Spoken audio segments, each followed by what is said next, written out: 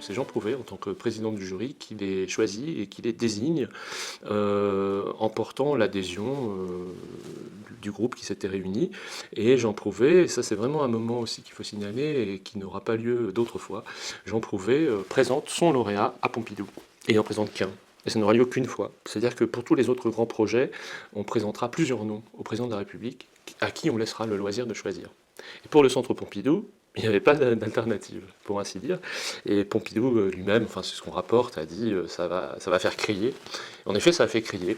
Cette traduction architecturale d'une utopie jusqu'ici réservée aux pages des magazines et des revues d'avant-garde a eu une réception pour le moins contrariée, hein, ses débuts. Les tripes à l'air, c'est-à-dire le principe de mettre les fluides, les circulations à l'extérieur, c'est quelque chose qui a eu du mal à emporter l'adhésion. Et puis c'est aussi le retour de la couleur dans Paris, c'est aussi un moment important, dans une ville qui est très grise à l'époque, hein, qui n'est pas patrimonialisée au même niveau qu'aujourd'hui. Et puis, il ne faut pas oublier que Beaubourg, c'est très haut. C'est un bâtiment qui s'élève vraiment au-dessus de la ligne des toits. Et donc, si on ajoute la hauteur, la couleur et, je dirais, pour parler trivialement, le topless, eh bien, on peut très bien comprendre de quelle manière cette réception a été pour le moins contrariée. Mais on peut se dire aussi que c'est peut-être le destin de tout monument de passer par une première phase de rejet. Et la Tour Eiffel, en étant évidemment le symbole, un célèbre écrivain a dit que c'était l'endroit qu'il préférait dans Paris, parce que c'était le seul endroit où on ne la voyait pas. Il faut quand même toujours le rappeler. Et Beaubourg a un peu le même destin. Mais ce qu'on oublie souvent, c'est que le centre Pompidou, enfin qu'on appelle alternativement Beaubourg au centre Pompidou, ça c'est quand même quelque chose de socialement discriminant. Le centre Pompidou est toujours rejeté. Et ça c'est très frappant quand on regarde les quelques enquêtes qui sont menées sur le rejet ou l'acceptation des bâtiments. La tour Montparnasse devance toujours le centre Pompidou, certes. Mais le centre Pompidou a toujours du mal à convertir un tiers des Français. Donc c'est la traduction d'une utopie sur un mode conflictuel, la traduction architecturale d'une utopie, et puis la traduction, en effet, d'une utopie sociale, puisque c'est l'idée que l'art va être notamment créé par ses participants mêmes, ses spectateurs mêmes, qui est une forme d'inversion des valeurs de contemplation attachées traditionnellement au musée. Donc il y a un double effet, je dirais, un double effet de traduction utopique, celui de la forme et celui de la participation sociale, la participation des usagers. Et il traduit l'utopie des avant-gardes architecturales telles qu'elles se sont définies dans les années 60 à travers notamment la figure des radicaux anglais d'Archigram, Archigram pour être angliciste, qui prônait une architecture temporaire, mobile, démontable, remontable, et dont le principal support était une revue distribuée par ces acteurs eux-mêmes, qui a d'ailleurs eu droit à une exposition monographique au Centre Pompidou 40 ans plus tard. Et donc Archigram d'un côté, et puis Cédric Price, qui était également un compagnon de route, un proche de ce groupe radical anglais, et qui, lui, avait imaginé un théâtre qu'il avait appelé le Fun Palace, et qui devait être un endroit sans cesse transformable par ses usagers et ses pratiquants. Ça, c'est vraiment une tentative de traduction architecturale de ce courant radical anglais, mené par deux jeunes architectes, puisqu'ils ont la trentaine à peine dépassée à l'époque, 34 ans pour Renzo Piano, qui sont férus de toiles tendues, d'architecture mobile et de structures complexes et qui annoncent un courant qui n'existe pas encore, qu'on va appeler le high-tech, c'est-à-dire qui sera une manière de revisiter l'histoire de l'architecture industrielle à l'aune des technologies du moment et qui prendra vraiment son essor là plutôt dans les années 1980, dont une des figures de proue est Norman Foster par exemple. Mais Richard Rogers et Renzo Piano en seront chacun pour leur part deux autres figures majeures, puisqu'ils vont se séparer assez vite, enfin individualiser leur carrière assez vite.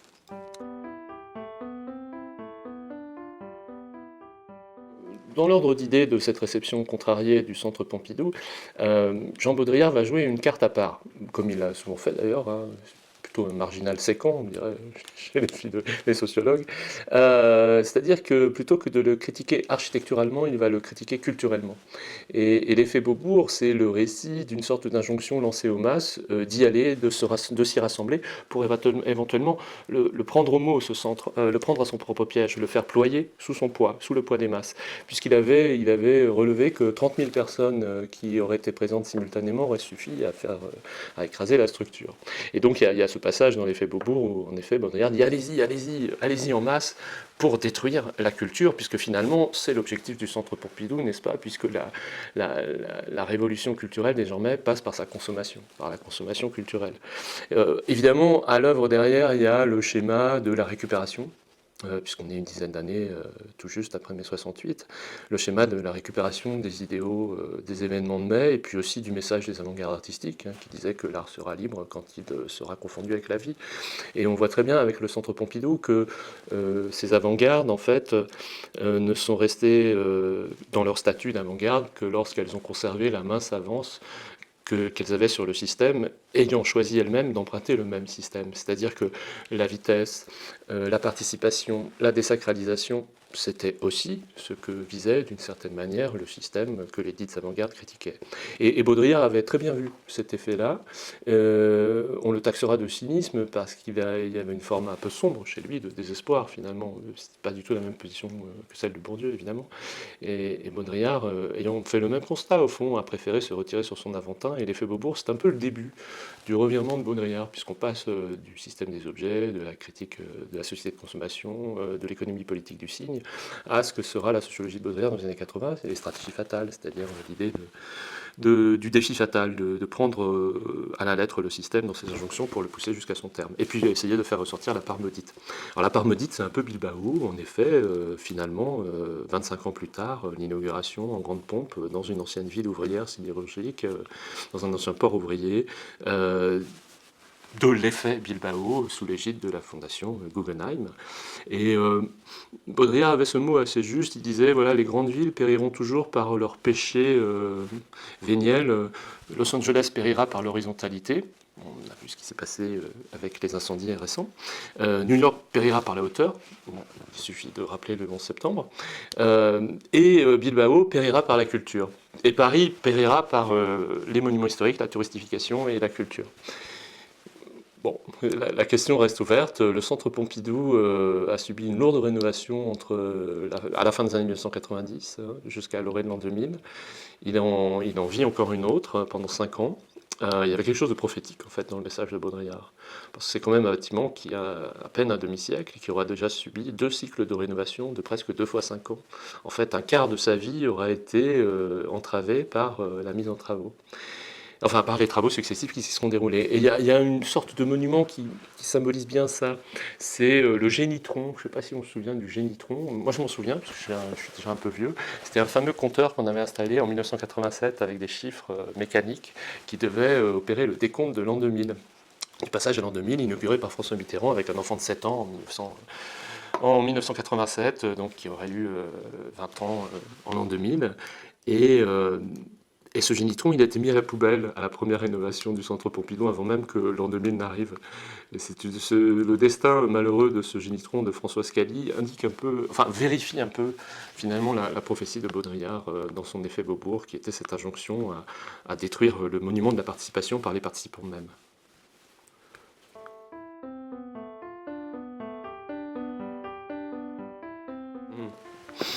Mais sur la rénovation, elle court après l'utopie perdue. Mais depuis, je dirais, presque... Depuis la naissance du centre, le centre, d'une certaine manière, court après son utopie perdue. Et là encore, nous avons connu plusieurs accès au centre, qui se sont réduits à peau de chagrin et à portique d'aéroport au fil du temps. Donc la rénovation en cours, j'ai vu le projet, j'ai entendu l'architecte, les 2 architectes qui sont brillants. Elle promet de retrouver l'ouverture sur la ville. Puisque chacun sait que Beaubourg ne se conçoit pas sans sa piazza. Et Piano avait suivi l'enseignement de Louis Kahn aux États-Unis. Et Louis Kahn était un grand architecte, théoricien du mouvement moderne et de ses suites critiques, et qui avait notamment posé la dichotomie entre espace servant et espace servi. Et en dissociant très bien 2 types de rapports que l'on pouvait entretenir avec les espaces à travers ce couple servant-servi. Il est évident que Beaubourg, c'est servant-servi. Servant la piazza, servi le centre. Et en fait, les deux espaces sont indissociables l'un de l'autre. Et c'est vrai que ce lien s'est peu à peu perdu au fil du temps. Et le projet des architectes consiste à beaucoup éclairer le rez-de-chaussée, le forum, et l'ouvrir des deux côtés, sur la rue du Renard comme sur la piazza. Alors ensuite, je pense que les barrières physiques ne disparaîtront pas parce que l'espace ne change difficilement le social, contrairement à ce qu'espèrent beaucoup d'architectes utopiques. C'est très difficile et je pense que les portiques d'aéroport malheureusement sont là pour un moment, mais le projet est vraiment dans cette idée-là. Et puis il vise aussi par exemple à redonner beaucoup de place à l'atelier des enfants, qui a été un peu négligé au fil du temps. Bref, il y a l'idée de revenir aux sources de l'utopie participative du Centre Pompidou, ça c'est indéniable. Considérer l'emplacement du Centre Pompidou, c'est forcément considérer les Halles, puisque Pompidou et les Halles sont unis comme la vis et l'écrou, ça marche ensemble, ça tourne ensemble, ça arrive ensemble. Et puis maintenant, il faut y ajouter la Bourse du commerce, préemptée par François Pinault, qui raconte une autre histoire, une autre phase du rapport à la culture, mais qui se situe elle aussi dans cet axe. Et le Centre Pompidou et les Halles, donc, arrivent de concert, c'est le croisement des lignes de RER que chaque Parisien a emprunté au moins une fois dans sa vie, par pertes et profits. Et il y a eu, c'est assez, il faut quand même rappeler cet épisode, il y a eu un projet à l'époque qui n'a pas été retenu lors du concours, et qui consistait un projet de Raymond Tudjian, qui est un architecte qui a beaucoup travaillé sur l'urbanisme souterrain à l'époque et qui faisait partie du groupe d'architectes utopistes cornaqué par le critique Michel Ragon. Et Tudjian avait proposé de ne pas détruire les pavillons de Baltard et de se servir du parking de Pompidou pour faire la station, les travaux du RER. Et puis de construire ensuite le centre Pompidou dans la foulée de ce déport finalement du site des Halles. Donc on aurait gardé les parapluies de Baltard et on aurait fait du chantier de Beaubourg une sorte de manifeste. Alors ce projet n'a pas été retenu, mais il pose la question du futur de ce site, de cet emplacement. Il y a eu un projet de Patrick Bouchin qui avait consisté à faire un centre Pompidou mobile au cours des années 2000, mais qui a eu peu de postérité et qui voulait justement apporter la culture de Pompidou aux masses les plus éloignées du centre lui-même. Le projet n'a pas, enfin, il a tourné quelques années, mais il n'a pas eu de vraie suite, à l'aide de quelques semi-remords qui construisaient une structure temporaire et il apportait la parole aux populations à convertir. Ce qui pose plein de questions par rapport au musée avec des guillemets, au musée que voulait être, qu'on a souhaité qu'il soit, le Centre Pompidou. Faut-il évangéliser les masses ou l'art doit-il se mettre au diapason de la fréquentation des masses? Et l'idée du camion était sans doute contre-intuitive par rapport à la mission du centre. Bon. Ensuite, le centre Pompidou, il est aussi indissociable du quartier de l'Horloge. C'est-à-dire que là encore, les deux opérations sont chronologiquement parallèles.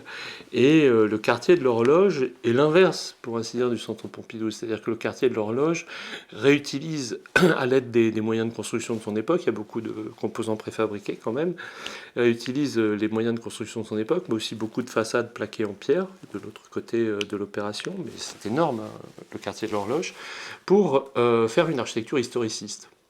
Et puis de l'autre côté, on a une architecture futuriste. Et les deux, là aussi, marchent, pour ainsi dire, ensemble. On a le contre-exemple, le yin et le yang, la face A et la face B, d'une même interrogation d'une interrogation sur le futur qui est du même type. C'est-à-dire c'est les prémices du postmodernisme, c'est la fin des grands récits, c'est l'interrogation sur le sens de l'histoire. Et il y a un bâtiment qui propose de l'accélérer encore, et puis l'autre qui propose au contraire de revenir en arrière.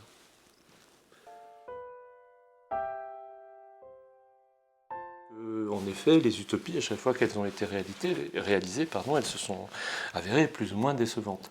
Alors parfois sanguinaires et très décevantes, on le sait, puis parfois modestement décevantes. Donc il ne faut pas toujours confronter l'utopie au réel. En revanche, il faut toujours garder l'utopie comme une sorte d'horizon critique à partir duquel on va critiquer le réel.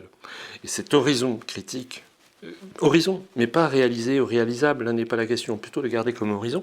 Bah, il est le moteur de chacun de nos projets. Et l'homme est un animal utopique, comme disait Miguel Apinsur, on fait des projets toute la journée, tous les matins, quand on se lève, sinon on est au bord de la tombe ou dans un sévère burn-out.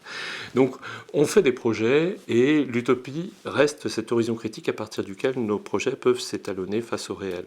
Et là, pour le coup, le Centre Pompidou respecte pas trop mal, au fond, ce cahier des charges-là, si on le considère comme un horizon.